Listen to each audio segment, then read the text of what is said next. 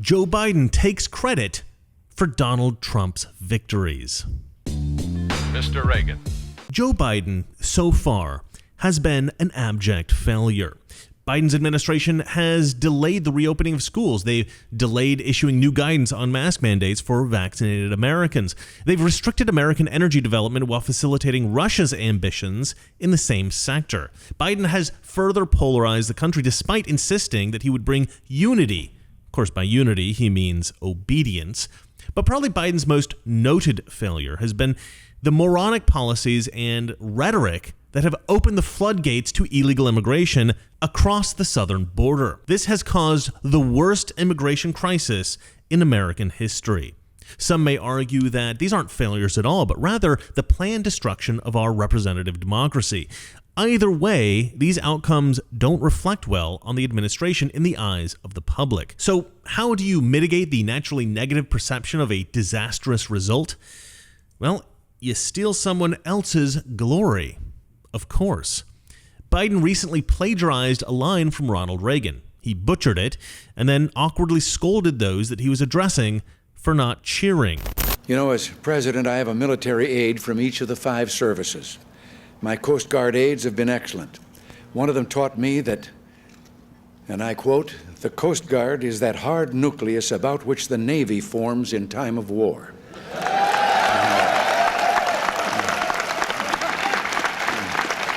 I can only assume that you will enjoy educating your family about how the Coast Guard is, quote, "the hard nucleus around the Navy forms in times of war."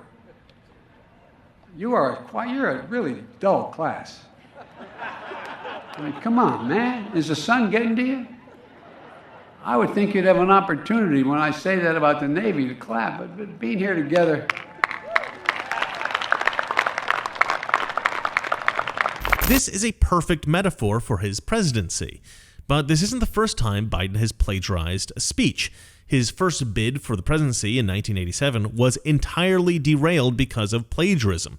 But beyond the plagiarism, he also lied about his grades in college, he lied about marching in the civil rights movement, and he even tried to say that he came from a family of coal miners, which was just a bald-faced lie. Hell, I might be president now if it weren't for the fact I said I had an uncle who was a coal miner. It turned out I didn't know anybody in coal mines, you know what I mean? Really? I tried that crap, about, it didn't work, you know what I mean? So the idea of claiming Donald Trump's achievements as his own, well, that's a strategy that fits Joe Biden better than yoga pants on an Instagram model. Pause for laughter. When Trump was president, the world got better. There's no question about it. Before COVID derailed everything, Trump improved life for all Americans. This is not a matter of speculation. This is not a matter of right versus left politics. This is statistically verifiable. When he ran for president in 2016, Trump promised a lot. He promised to do things that the Democrats couldn't do or wouldn't do. Trump said that he'd bring about unprecedented economic growth. Check. He said he'd bring back business from abroad. Check. He said he'd create new jobs and reduce unemployment, in particular jobs in manufacturing. Check, check. He negotiated more favorable trade deals throughout the world. He established sensible tariffs on China and pressured China to stop stealing American intellectual property. He pulled out of the TTP and he renegotiated NAFTA. He reduced the corporate tax rate. He cut taxes for all Americans. Trump cut 22 regulations for every new regulation. That's a real number. 22 regulations for every new regulation. He made the U.S. energy independent. He pulled out of the absurd Paris Climate Agreement. Violent crime decreased under Trump. He reduced illegal immigration to a trickle. He built the wall. He facilitated development of COVID vaccines in record time. And this is an extremely condensed list of achievements. Again, Trump increased the quality of life of all Americans. When Trump made this mountain of seemingly unattainable promises back in 2016, the left ridiculed him for it. Some of those jobs of the past are just not going to come back. And when somebody says, like the person you just mentioned, who I'm not going to advertise for, he's going to bring all these jobs back. Well, how exactly are you going to do that? What are you going to do? There's no answer to it. He just says, well, I'm going to negotiate a better deal. Well, how exactly are you going to negotiate that? What magic wand do you have? And usually the answer is he doesn't have an answer. A serious surprise. In fact, analysts were not expecting this. 211,000 jobs were added in the month of April. The unemployment rate dropped to 4.4%. That's a 10-year low. With numbers that are far better than economists were forecasting, the unemployment rate fell to 3.8%, being called historic because the number also marks a 50-year low. You can't contradict that these are the best numbers of our lives. Yeah. You can't. It doesn't matter whether you hate them or like them. These are real numbers. They either didn't believe this kind of progress was possible or they didn't want it. Now, I used to think that Democrats wanted the country to progress. They simply couldn't do it themselves. They had bad ideas for achieving true progress. But after having investigated Democrats for over 2 years now, I realized that Democrat politicians have no interest in American progress. Rather, Democrats employ a strategy of harm and brainwashing. It's much like an abusive spouse. The victim is psychologically conditioned to feel utterly dependent on the abuser, believing that their abuser truly loves them and that they deserve the abuse. This is the relationship that Democrat voters have to Democrat politicians. Democrat politicians condition voters to remain in a state of psychological dependence by convincing them that Republicans are evil, racist boogeymen, and only the great, virtuous Democrat politicians can save them. Good, honest, generous Democrat politicians keep feeding their constituents with a steady flow of welfare and social programs that keep them poor and dependent. They drop a rope down the pit and they pull their voters up with it. But they never pull them all the way up, because if they did, well, then those voters would no longer need to rely on them. So they pull them up just a bit, just enough for the voters to think that, well, if I weren't dangling from this rope, well, then I'd be at the bottom of that pit. So they need the Democrat politicians. But you see, Trump destroyed all of that. Trump just threw a big old ladder into the pit and said, there, now you can climb out yourselves. This was a massive threat to the Democrat strategy of the brainwashed, dependent Democrat voter. What was the insidious Democrat response to the threat that Donald Trump posed? I'll get to that in one moment. First, I have to take precious time out of our short lives to crassly sell you something. A new study released by the CDC reports that 49.1% of adults in the United States are obese. This study also found that 56.4% of women try to lose weight versus 41.7% of men. And the percentage of adults trying to lose weight correlated with income. Typical recommendations for weight loss are to stay physically active, count calories, and cut out carbs. But the issue with these solutions is they don't always get to the heart of the problem. This is why I love Keto Elevate from BioTrust. It's the quickest way I know to lose weight. It works in a similar fashion to how the popular keto diet works, which is that it melts fat, tones your muscles, and reduces cravings. Thousands of Americans see results within days of taking Keto Elevate. Now, Keto Elevate is a C8 MCT oil powder that you can look up the benefits to, and from all the research that I've done, it's a legitimately excellent supplement to help with weight loss. And I will say that I have done keto, and I have used this MCT oil, and I did lose weight, no question. I've actually slacked off a little bit on my diet recently, and I gained a few pounds, and I deeply regret it. So don't be like me. Go get yourself some of this stuff. I do highly recommend it. I actually take a few products from BioTrust, genuinely, so I am a fan of their stuff, and so does Valeria, actually, my wife. We both do. So try Keto Elevate today, 51% off by going to ketowithreagan.com or click on the link in the description below. Hillary Clinton in 2016, along with Barack Obama and everybody else that tried to help her win, campaigned on a message of demagogy. Demagogy is campaigning on emotional appeals instead of logic or reason. You'll hear Democrats accuse Trump of that, but this is merely projection. Hillary and Barack told us that Trump is a racist. Trump is a charlatan. They told us that there's no way that he could possibly do all the things that he said he's going to do. And in fact, if Trump gets elected, he's going to have segregated water fountains installed into the White House. Trump would immediately throw us into thermonuclear war with Iran and North Korea simultaneously. And he'd do whatever Putin asked because Putin was secretly controlling him like a supervillain from a James Bond novel. Political dissidents would be rounded up and executed. Black men all over America would be hunted down in the streets and lynched. Homosexuals would simply be shot on sight, obviously. Women would all suddenly be kicked out of their jobs as scientists and doctors and engineers, and they'd be forced into arranged marriages with grotesque, drooling, fat old white men who would beat them and force them back into the kitchen, making meals and doing laundry barefoot, using washboards down by the river's edge. Trump, after all, was worse than Hitler. When none of this happened, Democrats were very disappointed. I don't want to accuse Democrats of rooting for America's failure, but Democrats were rooting for America's failure. Instead of admitting that Trump was doing well, Democrats just pretended that his policies were every bit as fascist as they'd warned. And they kept promising that any day now, Trump was going to implement all those dystopian policies that they'd warned you about. And they kept promising this right up until the very end of his presidency, calling a few conservative protesters walking casually through the Capitol building an armed insurrection incited by Trump himself. But of course, this was all nonsense. When Trump became president, shockingly, he did not usher in this fascist dystopian nightmare. In fact, something very strange happened. Everything got better. His promises were kept, and his policies, instead of oppressing women and minorities, they actually improved their lives. The unemployment rates of blacks, Hispanics, and women hit an all-time low. Income increased in every demographic. Democrat voters, however, are unaware of any of Trump's achievements because the leftist media will never report any of them. If anything, they'll try to minimize these results or somehow characterize them as failings, or worse, they give credit to Obama. But Democrats are employing a new strategy these days. They're starting to acknowledge some of the great successes that Trump achieved. But they're recasting every Trump achievement as a Biden victory. Now, if America had failed under Trump's presidency, well, the Democrats could at least revel in the I told you so feelings of righteous indignation. It would have been a gratifying confirmation of their demagogic fear-mongering. It would have been a healing salve that would have soothed the pain and humiliation of being beaten by an orange Neanderthal and the racist rednecks who supported him. And this, I think, is why they become legitimately obsessed with Trump. It's a lot easier being right. You just have to chuckle at your failed opposition and you move forward with confidence, triumphant. But Democrats can't do that.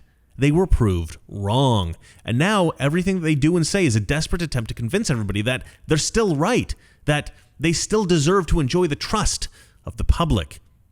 Remember when Trump said you're going to win so much you're going to get sick of winning? Well, in a way, he was right, because he won so dang much that he's actually paved the way for Biden to just coast through his first term on Trump's success, even in spite of the COVID catastrophe. If Biden's handlers didn't change a thing, America could continue to experience unprecedented positive growth despite Trump exiting the White House. But I'm afraid Biden's handlers have already ruined that. As soon as Biden was installed, he was instructed to reverse all of Trump's beautiful, brilliant, phenomenally effective executive orders. Instead of coasting on America's renewed greatness, they instituted a mix of failed Obama policies and fresh woke hell, creating a recipe for disaster, from greatness to destruction in less than a week. And yet, the Biden administration tries to tout victories nevertheless. The premier victory that they're trying to own is, of course, the end of the COVID pandemic. Now, you may not remember this, but Trump facilitated the development of the vaccines in record time. This was called Operation Warp Speed. Kamala Harris famously said that she wouldn't take these vaccines because she believed that Trump had somehow manipulated the scientists and medical officials to release unsafe products. And yet, those same vaccines, the Biden administration is now taking full credit for. The Biden administration seems to have a policy of never mentioning Trump or Operation Warp Speed anytime they mention the vaccine ever. Apparently, these are just the Biden vaccines now. In particular, Democrats are trying to frame the vaccine rollout as a Biden victory because that mostly happened when Biden was in the White House, and so it's the part of the whole vaccine thing that people will most likely believe is Biden's doing. But Biden has merely continued the Trump vaccine distribution plan. So this is, of course, just another massive lie. But the vaccine stuff is only the most famous example of the Democrat theft of a Trump victory. Here's one that you may have missed. Before Biden released all the sanctions that America had put on Russia for the advancement of the Nord Stream 2 pipeline, the administration had actually tried to take credit for halting its development. And I think that demonstrates that our strategy, including the legislative strategy, the strategy that, of course, Congress has been behind, has been working to good effect. So we'll continue to work closely with Germany. We'll continue to work closely with our other allies and partners in Europe to uphold Europe's own stated energy security goals. It's a bit disingenuous to claim credit for the 18 companies winding down. All of this work was done under the previous administration. Matt, you guys have only been in only been in office for a month, right? Are you telling me that in the last 4 weeks, these 18 companies all of a sudden decided to say, "Oh my God, we better not do anything with Nord Stream 2"? I am speaking for the all of that. You guys are taking credit for stuff that the previous administration did. Right? I am not. No? I am Yes speaking for the Department of State. Okay. The people who have been working this, the people who are working this now, were the same people a month ago. Were the same people 3 months ago. 3 months ago. So all right. So I just don't That journalist pushed back so hard on this attempt to take credit for Trump's achievement here, and this was so humiliating for the Biden administration, that I think that it was this moment that drove them to release the sanctions. They knew they couldn't take credit for this, so they just sabotaged the U.S. efforts. And those sanctions were actually important to the United States and to European interests. Trump and the Republicans in Congress had implemented these sanctions to protect Europe from dependence on Russian energy and to protect U.S. trade interests in Europe. Biden's handlers just smashed all of that work to the ground. And for what? Because they didn't want to give Trump a win? They couldn't take credit for the victory, so they sabotaged it. Democrats would rather sabotage U.S. interests abroad than give Trump any kind of victory at all. Here's another one. The Biden administration has touted the phenomenal job growth during Biden's short time in office, and although it's true that there has been massive job growth, there are a few problems with giving Biden credit. One, of course, there's job growth. We're emerging from a pandemic in which businesses were closed down and we weren't allowed to work.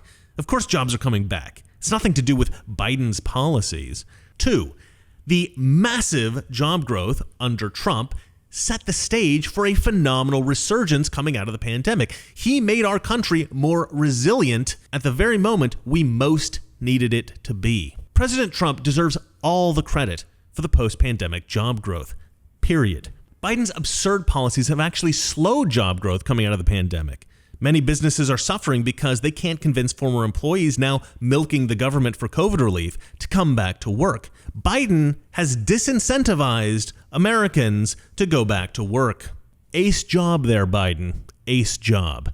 And finally, most recently, Biden's people have tried to take credit for the Israeli-Palestine ceasefire. Now, this isn't exactly an attempt to claim credit for a Trump victory, but it kind of feels that way. Now, Donald Trump facilitated a number of historic peace treaties in the region, an accomplishment that should have been on the front page of every newspaper in America, breaking news on every network, but it was barely reported by the leftist media. And when I did see it, the achievement was downplayed. They would say stuff like, Trump really shouldn't get credit for this, or the agreements weren't really as great as Trump was saying that they were, stuff like that. But it's kind of interesting that while Trump was in office, there were no significant incidents between Israel and Hamas. But as soon as Biden gets into office, all hell breaks loose.